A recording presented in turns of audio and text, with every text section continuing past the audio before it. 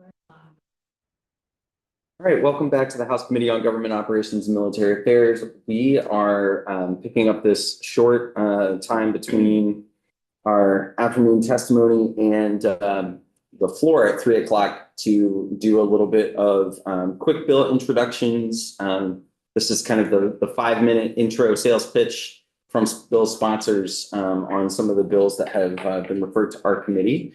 And our first one is from our very own Representative Boyden. So Representative Boyden, would you tell us about H643, an act relating to the sale of closed containers of alcoholic beverages within a first or third class licensed serving area? Love the title. Sure thing. So currently we have adjacent licensing, so a business could obtain a first and second class license for the purpose of on-site consumption and the sale of off-premise consumption. However, these licensed spaces need to be physically separated within the location. So the intention of this bill is to consider removing the separation of fees for consumption and purchase for those who hold adjacent businesses. This would bring consistency between specialty businesses who may obtain adjacent licenses for purchase and consumption with businesses who manufacture and in turn do not need specific separation of space. And if the committee would like to look further into this issue, there's other stakeholders with interest, and of course, we should also get the Department of Liquor and Lotteries input as well. Okay, bunch of hands up from the committee. We're gonna go work our way around. Great. Just a quick question. Can you give an example of somewhere that has a first and third license? Not a specific, like, you don't have to name the business, but can you just tell us what it looks like? Yeah. Of how the spaces are. Yeah, sort of, and what they're doing in each of the spaces. Yeah, so for, In an example of a drink or whatever. yeah, Yeah. for That's really just what I example, want, thank you. there's a craft beer business in Waterbury, and they provide an educational experience in one area, so tastings, and I believe some pours. But then in a separated area of their location, you can purchase for offsite consumption. So closed containers, say like a 4-pack of craft beer. But it's physically separated. And And it has to be physically separated right now, and you want it to be changed that it doesn't have to be physically separated. Like they could have the sales counter right next to the tasting counter without a separating wall. Is that what you're trying to accomplish? yes, I would say so. I think we should hear more of what it would specifically look like in certain locations. I think what I Every was, location's- yeah, I think what I was just trying to get at was what is the problem you're trying to solve with this bill? Yeah, reducing the space needed. Okay, So less real estate needed. okay. Okay. Anybody a function? Very good. Thank you. I'm good. Representative Larson. Thank you. Is this a situation that currently exists because it was, that was created to make it so, or is it just like excuse me, like a consequence or a result of the way that the permitting was allowed in the first place? Do you want to answer that, Representative Boyden, or should we defer to a couple of our folks who are veterans on DLL? Talk about the evolution of the licensure over time. Feel comfortable giving a quick idea on that before we move on? So essentially what we're looking at here is you have like first class licenses, third class licenses. First class licenses, your beer, wine for like the purpose of like dining experience, bar experience. Third class as well does that for the liquor, spirits. So now what you are seeing is some folks who have retail sales also involved. You know, take for example, a wine place, a wine or a wine sales establishment, more like retail oriented, that has the ability to serve pours also. They have to bifurcate the space in what is perceived as an awkward way for their just general flow of sales. It's sort of like you can buy this here, but then you got to walk over to this sort of like arbitrary invisible line, or maybe like a physical partition like wall, and purchase over there. And it's just, it's an awkward experience, and I've seen this play out not just at like the retail level, but also in brew pubs and things of that nature that are, site sell. And it's really just kind of, and excuse me for like the physical example, but it's sort of like, I can buy a beer here to drink, but I gotta like step over here to like a different cash register to buy a 4-pack to go.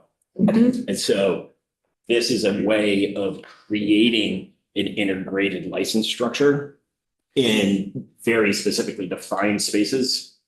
It wouldn't be totally opened up, and I actually want to give Representative Boyd credit for honing in some concerns or addressing concerns on possible loopholes to this concept.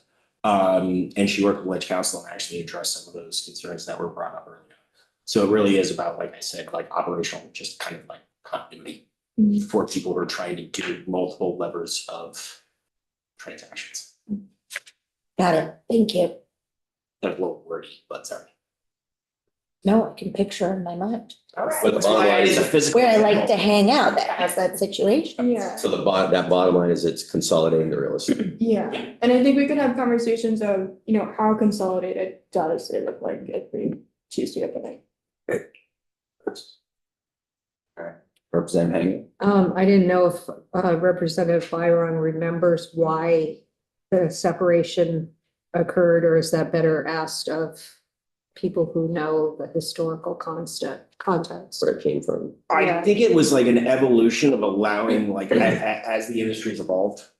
And these solid producers started having spaces that were licensed, as a first or a third. And the committees of jurisdiction in the past never really broke it down like this and had a deeper conversation about how to integrate the concepts better.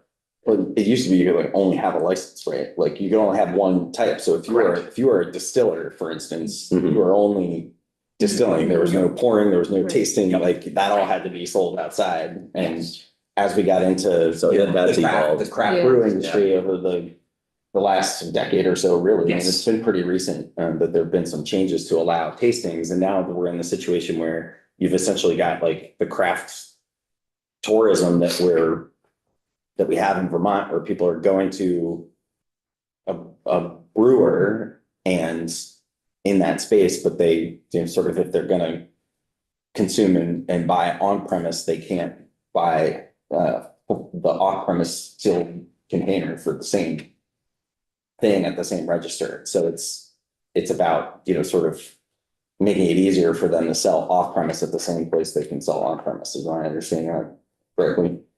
I believe so, yeah.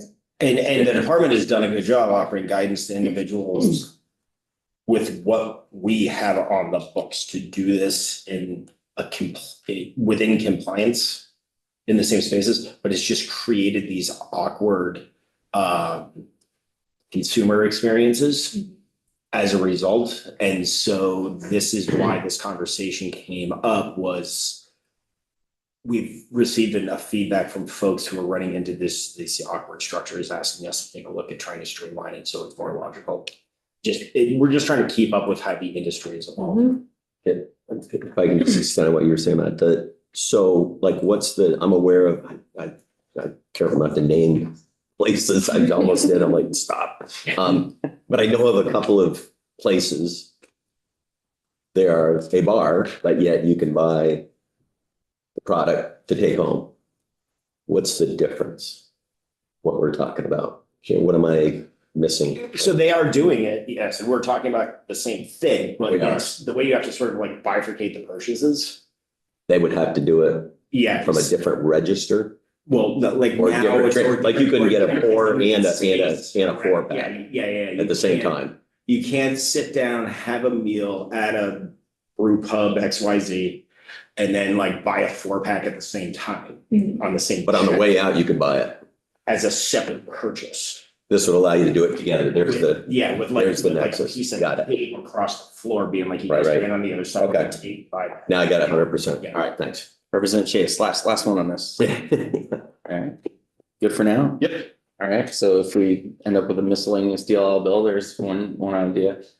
So I want to invite Representative Dolan up to the witness for our next quick bill intro. So we're in 5 minutes on a handful of bills as we're trying to get some things introduced. And I have been trying for the committee's context to, when we're talking about a specific policy area, like we just got all those reports from the Department of Liquor and Lottery, to have some of the bill intros sort of feed into that same policy area. So our brains aren't completely scrambled in different subject areas. So Representative Dolan, thank you very much. Please give us the pitch on H680, an act relating to expanding access to special venue serving permits.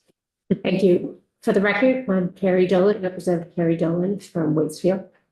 And yes, this is specifically about one type of special venue permit. It's the special venue serving permit. And the goal is quite simple. It's a short bill as well. Its purpose is to make the opportunity to secure a special venue service permit accessible to currently only one type of retail business, bookstores, make it available for any retail establishment. It corrects the apparent inequitable treatment among retailers. And that this issue is important to take up now because I was contacted by a constituent, a small retail business in my district, that brought this discrepancy to my attention. This business attempted to celebrate post-COVID, post the pandemic, to celebrate the anniversary of still being in business. And they wanted to be able to use this type of permit to have a small celebration of having that's available now for bookstores, but found that they could not secure this particular type of permit and felt that they were being discriminated against comparing one type of retail establishment to another. I did contact the Vermont Department of Liquor and Lottery Compliance and Enforcement Office. That department's executive officer, Lieutenant Brandon King, responded by stating that he did agree that there was a distinction in statute and did not think that this distinction was equitable. And the DLL in his email said that while they certainly would want to talk about this, they would likely not oppose a change in statute to remove this discrepancy. As I mentioned, it's a small bill, 2 pages. Section 1 on page 1, line 18 to 19, simply replaces the term bookstore with retail establishment. It then removes the definition of a bookstore further in that definition, which is shown on page 2, as that definition is no longer necessary for the context of this bill. Bookstores will still be able to secure this kind of permit. Section 2 under the special service permit shows shown on page section 2, shown on page 1, is where the bill makes a similar change, swapping out the term bookstore with retail establishment. And section 3 is the effective date. And if you were to take up this bill, my constituent would be interested in testifying, and she's with a small business in Waitsfield. I would presume that you would want to talk with the Vermont Division of Liquor and Control of the Department of Liquor and Lottery, of Lieutenant Brandon King, the executive officer, as well as the Mad River Chamber of Commerce, other chambers of commerce, perhaps the Vermont Chamber of Commerce, and the Agency of Commerce Community Development. In sum, I see that if this would become law, all business retailers would be afforded the opportunity to secure this special venue serving permit. And we know that retail establishments continue to face challenges today. This bill is a small but meaningful and helpful opportunity to help Vermont's retail establishments by removing this inequitable treatment among our business sector. Representative Hango has a question. Very quick question. It may not be for you, Representative Dolan. It might be for you, Representative Byron. Are these one-time only permits, or are they for multiple occasions, or are they for a certain time limit, like 3 months? These, to the best of my understanding, because there is a lot of different permits that are available. Right. And licenses, that these are one and done daily requests. Yeah. Thank you. Which I think And some of those they limits probably do fall should into be. place with those caps at like the 10 or the 20 base Yeah, one, like it's not part of that's that. a deeper question because I'm sure you cannot do a special event permit here like do it 3 days a week, every week, and all of a sudden you've got a quasi like retail Right, establishment. right. Flash bar, Exactly. 3 nights a week, Yeah. like there's That's- caps for a reason. Yeah. What this is doing is it's opening up a cleaner path to access. Where for some reason, and I recall a custom jewelry shop that was in Virgins for a long time. Tried to get one of these and they were denied it because they didn't fall into one of these buckets. And they were like, could we classify ourselves as an art gallery? Mhm. We're producing this and well, how does, you know what I mean? Like, and I thought they had a valid, that was years ago. And now we're here due to this situation. Thank you. So essentially it opens up to any retailer. Yeah. More or less. Yeah, so right now it says art gallery, bookstore, et cetera, but for retailers, the only type of retailer is a bookstore, right? Oh, now. yeah. Okay. So the, And this particular retailer was, had opened, got caught up in the whole pandemic, wanted to celebrate their first year. A small business, a new small business and, that. are the special venue permits to serve for that, or for that event, not sell? I'm trying to remember. Yes. Yeah. Yes, this particular one in this case, they wanted to buy a few bottles of wine, have some cheese and other nibblies. Yeah. And offer and be able to serve glasses of wine during their day of celebration. Right, so it's different from like a catering permit if you were having a licensee come in Yes. and serve and do like a cash bar, that's. That could be an option, but they wanted to have just a simple way of celebrating their business. in this- And now it's the complaint from some of these operators is we just wanted to offer like a pour as a courtesy for a promotion, a special event. And we don't want to hire a caterer and come like that's staffed with all of the additional costs or, yes. And she actually tallied what that cost would be, and it was pretty substantial for, a simple way of thanking the communities and kind of help, share their appreciation for being in business. Bringing us your bill. Appreciate it, Reverend. So that. So great to see you over here. They let you out from the front line. It's still going on.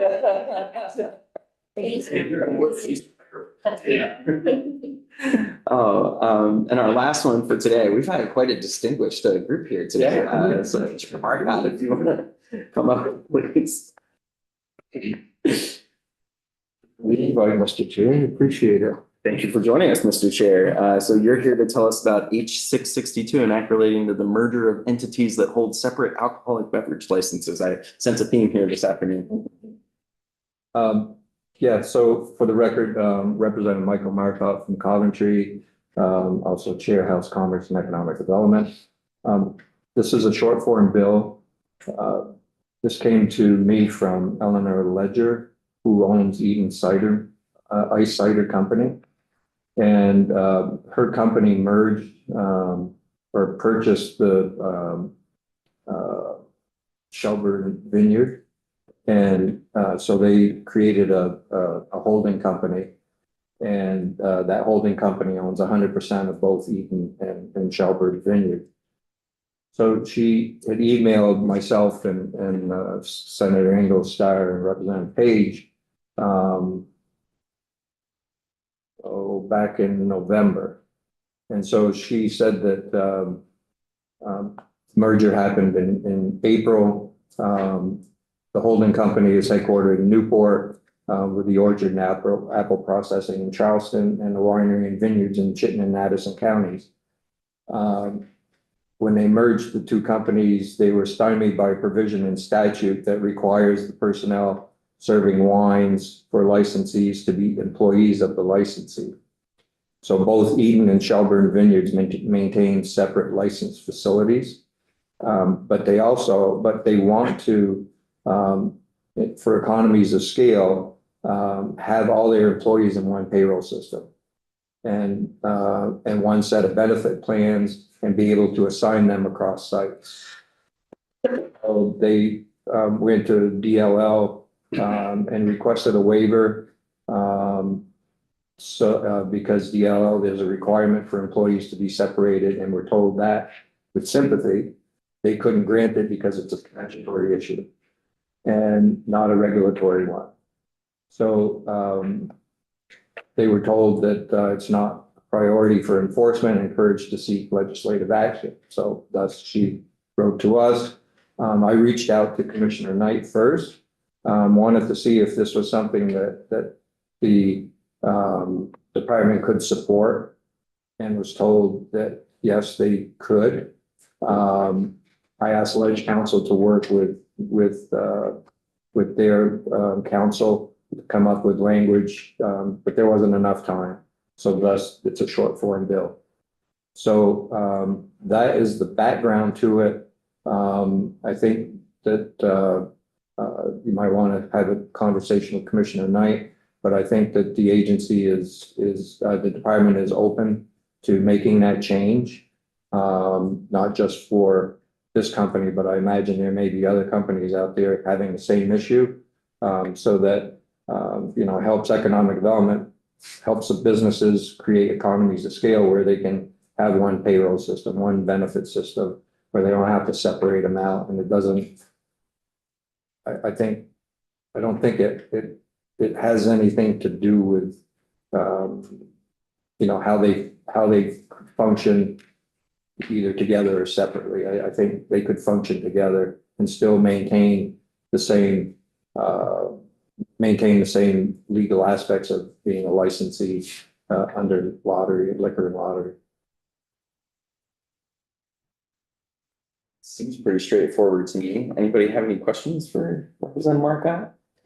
So just so I totally understand, the situation that Eden and Shelburne, there's a combined holding company, but the two entities that are wholly owned by one parent company have to maintain separate licenses and be completely bifurcated in their reporting requirements. But yeah, they want to keep separate licenses, but they want the ability to cross their employees to work at both places, to be under one payroll system, to be under one benefit system, instead of having all of that separated out. So, if there was something going on at the vineyard, they were having some function that they needed more employees for, they could pull employees from Eden Cider, from Newport, and go down to work, vice versa.